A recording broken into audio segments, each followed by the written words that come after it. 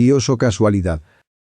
Tras el éxodo de los israelitas desde Egipto, Dios mandó a su pueblo que construyera un tabernáculo, una enorme tienda que funcionaría como el centro de su adoración. La sección más íntima del tabernáculo, que estaba cerrada con cortinas, era el lugar santísimo, al cual solo el sumo sacerdote podía entrar, y solo un día en el año, el día de la expiación. Era allí, en el lugar santísimo, donde se guardaba el arca del pacto. El arca no era un barco, como en la historia del arca de Noé, sino un enorme cofre cubierto de oro. Dentro del cofre se guardaban las tablas de los 10 mandamientos, la vara de Aarón que había brotado, y una vasija con el maná con el que Dios alimentó milagrosamente al pueblo en el desierto, Hebreos 9:2.4. La tapa del arca, que estaba adornada con 2 querubines de oro, se consideraba el trono de Dios. En palabras simples, el arca era el receptáculo más sagrado en toda la historia religiosa judía. El arca también tenía significación militar para los judíos. Cuando Moisés y Josué condujeron a los israelitas en su viaje a la tierra prometida y en su conquista de Canaán, cuando iban a la batalla contra sus enemigos, los sacerdotes llevaban el arca del pacto. Cuando el trono de Dios acompañaba al ejército de Israel, ellos salían victoriosos. Dios estaba con ellos en la batalla y peleaba por ellos. Lamentablemente, con el tiempo el pueblo comenzó a asociar la victoria en la batalla con el arca misma, no con Dios. Esto lo vemos en 1 de Samuel 4, donde se relata una ocasión cuando los israelitas salieron a la batalla contra los filisteos, pero no iban acompañados del arca, y sufrieron una derrota, con la pérdida de 4.000 hombres. Entonces leemos: cuando el pueblo volvió al campamento, los ancianos israelitas preguntaron: ¿por qué permitió el Señor que los filisteos nos vencieran?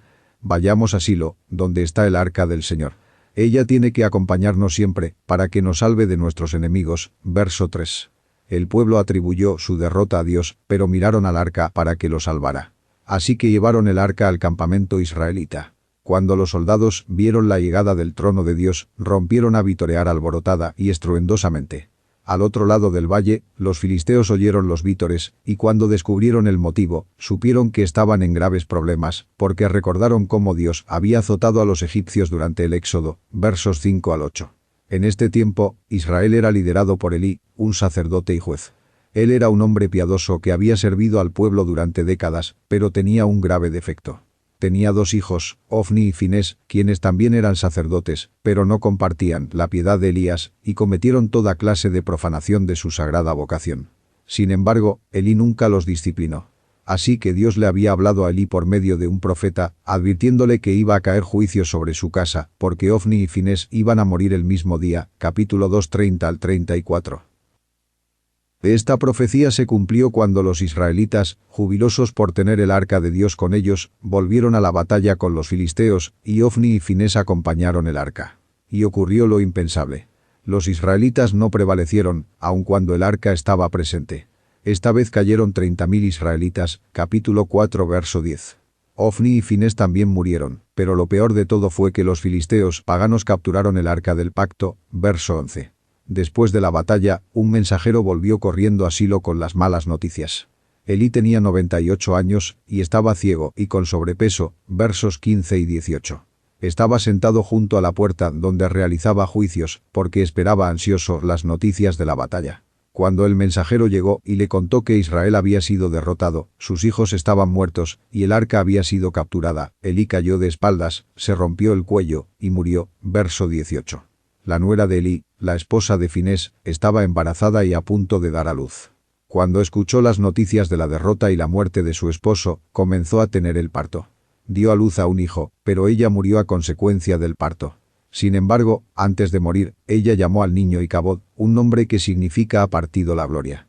Aquel bebé nació el día en que la mayor gloria de Israel, el trono de Dios, fue llevado cautivo por los filisteos paganos. Aflicciones para los filisteos. Según se nos relata, los filisteos se llevaron el arca a Asdod, una de sus 5 ciudades-estado. La pusieron en su templo más sagrado, que estaba dedicado a Dagón, su deidad principal. En el templo, pusieron el arca a los pies de una imagen de Dagón, el lugar de humillación y subordinación, capítulo 5, 1 y 2.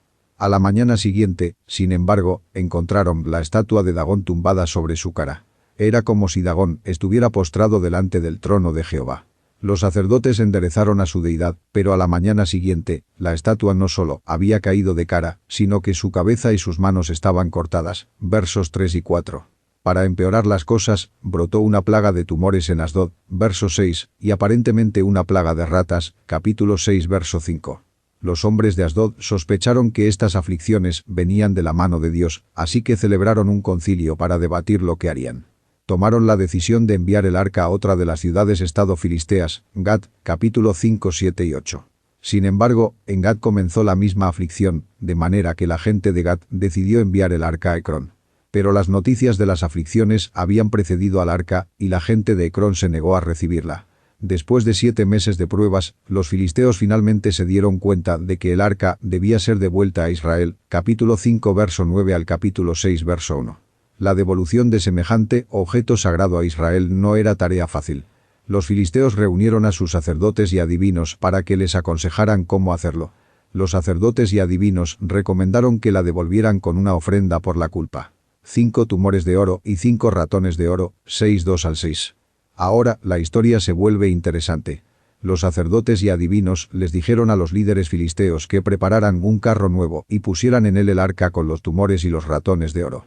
Luego tenían que encontrar 2 vacas lecheras que nunca hubieran sido enyugadas y atarlas al carro. Una vez que hicieron todo esto, debían soltar el carro pero observar a dónde lo llevaban las vacas. Ellos dijeron: si se va por el camino que lleva a Bet-Semes, su tierra, eso querrá decir que fue el Señor quien nos mandó tan grandes males. Pero si toma otro camino, sabremos que no fue el Señor, sino lo que sufrimos fue un accidente. Verso 9. En esencia, entonces, este fue un elaborado experimento para ver si Dios había estado detrás de las aflicciones o si éstas habían sucedido por casualidad. Es crucial que entendamos la manera en que los filisteos cargaron los dados, por así decirlo, para determinar de manera concluyente si Dios era el Dios de Israel quien había causado sus aflicciones. Ellos consiguieron vacas que recién habían parido.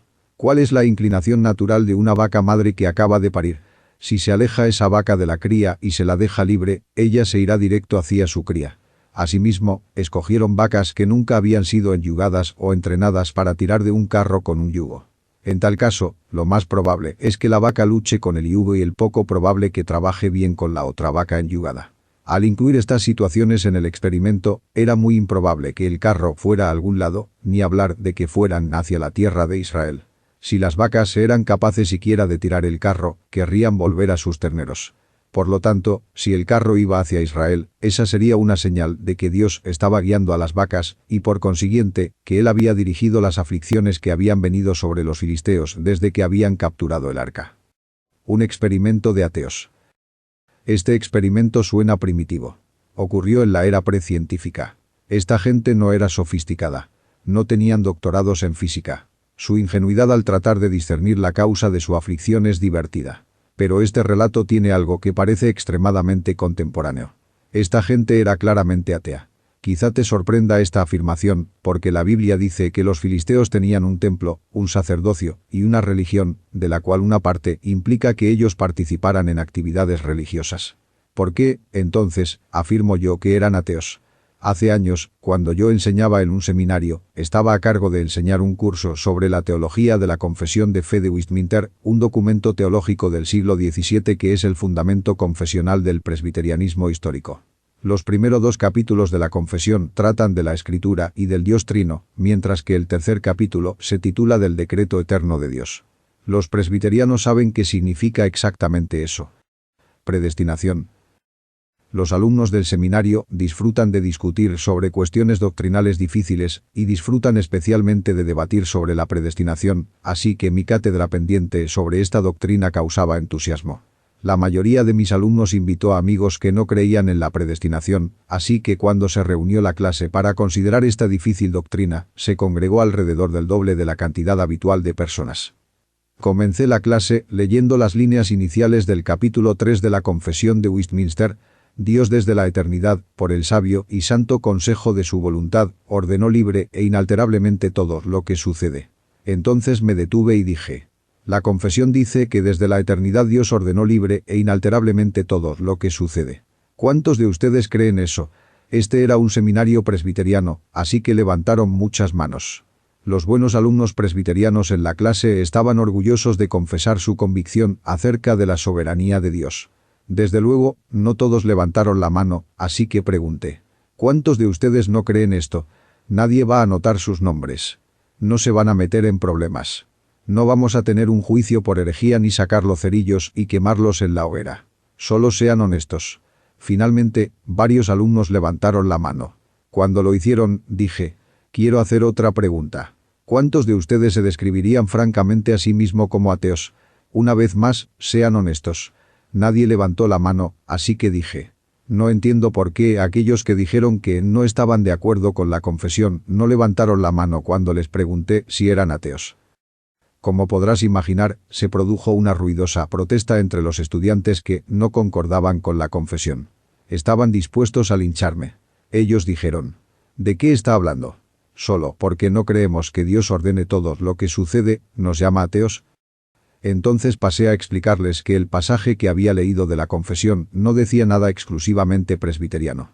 Ni siquiera era absolutamente cristiano.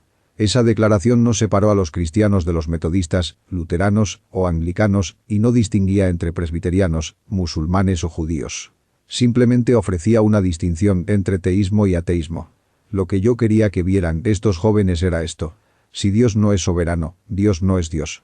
Si existe tan solo una molécula rebelde en el universo, una molécula corriendo libre fuera del alcance de la soberanía de Dios, no podemos tener la más mínima confianza de que cualquier promesa que Dios haya hecho acerca del futuro llegue a cumplirse.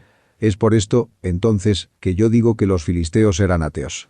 Ellos concedían la posibilidad de que un suceso en este mundo ocurriera por casualidad, la posibilidad de que, contra toda evidencia, las aflicciones que habían soportado hubiesen ocurrido por coincidencia.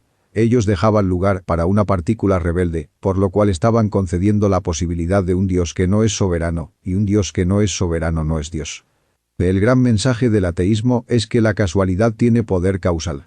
Una y otra vez se expresa la postura de que no necesitamos atribuir la creación del universo a Dios, porque sabemos que aquel llegó a existir por medio del espacio más el tiempo más el azar. Eso no tiene sentido. El azar no puede hacer nada.